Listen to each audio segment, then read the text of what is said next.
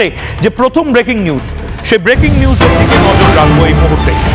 এবার অজ্ঞাতবাস থেকে হুঙ্কার দিলেন শেখ হাসিনা, ফিরে আমি মোহাম্মদ ইউনূসের ফাঁসি দিমু। মোহাম্মদ ইউনূসের ফাঁসি দিমু নির্দিষ্টভাবে কর্মীদের অডিও বার্তায় বড় কাজের জন্য প্রস্তুতি নিতে বললেন শেখ হাসিনা।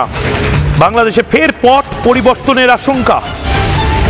কর্মীদের চাঙ্গা করতে শেখ হাসিনা এবার আগ্রাসী ভূমিকায়। সরাসরি ফাঁসির যে সাজা, সেই সাজাকে চ্যালেঞ্জ করে বললেন মোহাম্মদ ইউনূস কি ফাঁসি দেবে, ক্যাঙ্গারু কোর্ট কি ফাঁসি দেবে। আমি খুব তাড়াতাড়ি বাংলাদেশে ফিরবো এবং বাংলাদেশে ফিরে আমি মোহাম্মদ ইউনূসের ফাঁসি দেব।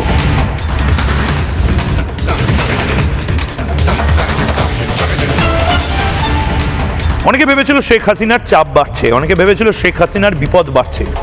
শেখ হাসিনা কি সত্যি এবার বাংলাদেশে ফিরে যাবে? শেখ হাসিনা বাংলাদেশে ফিরে গেলে তো তাকে ফাঁসিতে লটকানো হবে। শেখ হাসিনাকে চৌমাথার মোড়ে হয়তো ফাঁসিতে ঝুলিয়ে দেওয়া হবে। অনেকগুলো স্পেকুলেশন ছিল। গোটা পৃথিবীর বাংলাভাষী মানুষের এই মুহূর্তের সবচেয়ে বড় আগ্রহের জায়গা শেখ হাসিনার শেষ বছরগুলো কোথায় কাটবে। ভারতেই কেটে যাবে,